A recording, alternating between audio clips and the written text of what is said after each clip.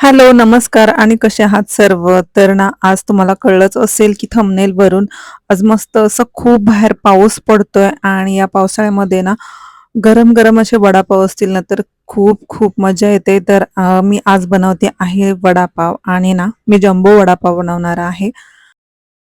तर याच्यासाठी मी अर्धा किलो बटाटे घेतलेले आहेत आणि बटाटे असे मस्त चिरून टाकायचे म्हणजे पटकन शिजतात आणि बटाटा जर छान असेल ना, तर तुमचा वडापाव एकदम मस्त टेस्टी होतो.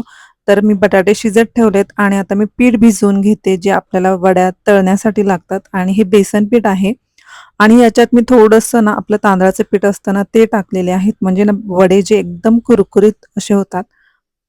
तर याच्यामध्ये मी थोडंसं हळद टाकले, मीठ टाकले आणि थोडासा टेचून ओवा टाकलेला आहे आणि हे मस्त असं घट्ट अगोदर भिजवायचं आणि हळू मग ते पातळ करायचं आणि आणि मग हे 5 ते 10 मिनिटासाठी ना असं छान मुरण्यासाठी ठेवून द्यायचं म्हणजे ना खूप छान असं फ्लफी होतं ते पीठ बेसनाचं. तर बघा बटाटे माझे मस्त शिजून तयार झालेले आहेत आणि ना छान शिजलेत आणि हा बटाटा आहे ना, तो खूप छान आहे आणि असं म्हणजे पटकन शिजला, जास्त वेळ नाही लागले आणि सालं पण लगेच निघतायत आणि हे जे बटाटे आहेत ना, आता ते मॅश करून घ्यायचे.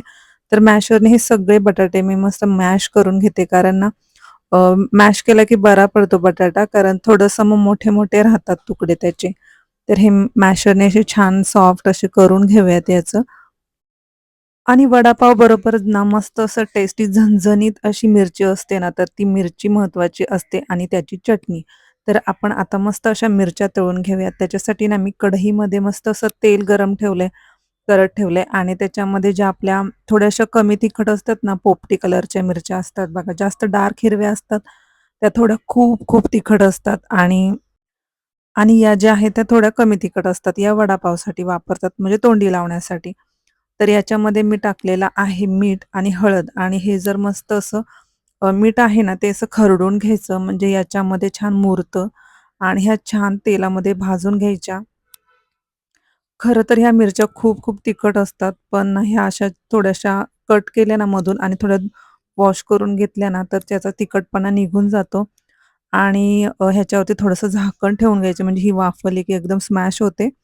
तर बघा आपली मिरची ना पटकन तयार झालेली आहे.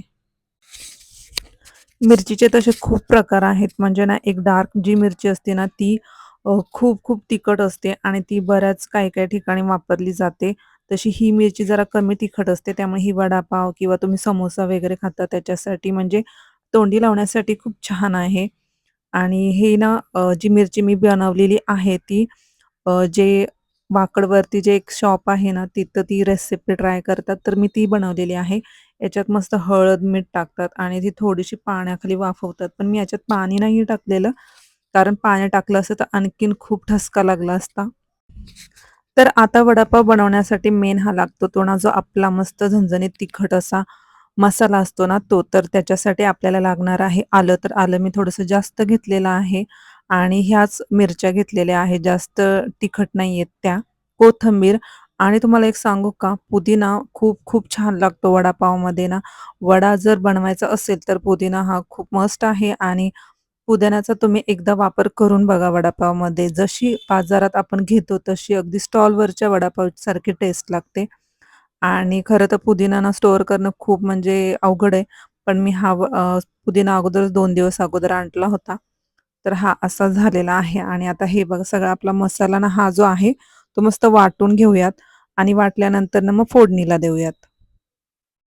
तर बघा माझा मसाला छान असा वाटून झालेला आहे. एकदम बारीक पेस्ट करून घ्यायची आणि त्याच्यानंतर ना मी तेलामध्ये जिरं, मोहरी आणि थोडा कढीपत्ता टाकून याचं मस्त असं फोडणी दिलेली आहे आणि खूप छान लागते ही फोडणी. पण तुम्ही ना अशी पण चटणी याची बाहेर काढून ठेवली ना आणि ती वापरली तुम्ही कुठल्याही भाजीमध्ये तरी खूप छान आहे.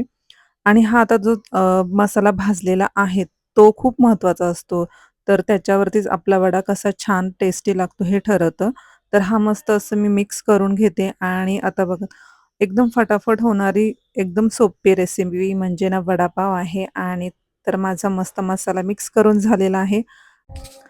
तर याचे ना असे मोठे-मोठे छान असे चपटे बॉल्स बनवून घेऊया कारण मी जम्बो वडा बनवतीये थोडासा मोठा असला ना, की माझे पाव जे आहेत बेकरीतून आणलेले ते मोठे आहेत. त्यामुळे म्हटलं चला आपण मस्त असा मोठा जम्बो वडापाव बनवूयात. आणि हे बघा आता माझं पीठ ना एकदम छान सेट झालेलं आहे, क्रीमी झालेलं आहे आणि हेच तर महत्त्वाचं असतं. आणि पिठामध्ये मी मिक्स करताना मीठ टाकलेलं होतं, त्यामुळे थोडंसं मी कमी मीठ टाकलं आहे वड्यामध्ये. आणि तुम्हाला माहिती आहे का, अगोदर ना तुम्ही कढई किंवा हे जे फ्राय पॅन आहे ना, ते ना पूर्ण तापवून घेत जा. आणि ते तापल्यानंतर ना मग तेल ओतलं तर वडा अजिबात खाली चिटकत नाही आणि हे खरंच खूप महत्त्वाचं आहे. कारण बऱ्याच वेळा ना आपण डायरेक्ट कढई ठेवतो, तेल ओततो आणि त्याच्यानंतरनं वडे आपले सगळे चिटकून बसतात. त्यामुळं हे बघा आता माझे छान असे मोठे-मोठे वडे झालेले आहेत आणि पीठ पण खूप छान झालं होतं, त्यामुळे वडे पण छान झालेत. तर मी अगोदरच चटणी करून ठेवली होती, जी वड्यामध्ये यूज केली जाते ती लाल चटणी. आणि त्याच्यानंतर तुम्हाला जर चटणीची रेसिपी वड्याच्या चटणीची रेसिपी अगदी सोपी आहे. जे आपण बेसन तळतो आहे त्याच्यातलंच बेसन तळून घ्यायचं आणि ते तळलेलं जे आहे ते एका मिक्सरच्या भांड्यामध्ये काढायचं. 4 ते 5 लसणाच्या पाकळ्या, थोडासा पाव पण टाकतात जर तुम्हाला असं जसं गाड्यावरती भेटतो वडा तसं जर हवं असेल तर. आणि त्याच्यामध्ये टाकायचं थोडंसं लाल तिखट पावडर आणि थोडंसं मीठ. तुम्ही जिरं पण टाकू शकता आणि खूप छान चटणी तयार होते. तर हे बघा मी ही चटणी करून ठेवली होती आणि मस्त चटणी झालेली आहे. आणि आता माझे वडे पण छान तळून झालेले आहेत. तर वडा बघा खूप मोठा मी केलेला आहे आणि पाव. तर या पावसाळ्यामध्ये असे झणझणीत आणि मस्त खमंग वडे नक्की ट्राय करा. तर आजचा हा व्लॉग तुम्हाला आवडला का? मला नक्की कमेंटमध्ये सांगा. आणि चॅनलवरती नवीन असाल ना तर लाईक, शेअर आणि सबस्क्राईब करायला अजिबात विसरू नका. चला तर भेटते नेक्स्ट व्हिडिओमध्ये. तोपर्यंत बाय बाय.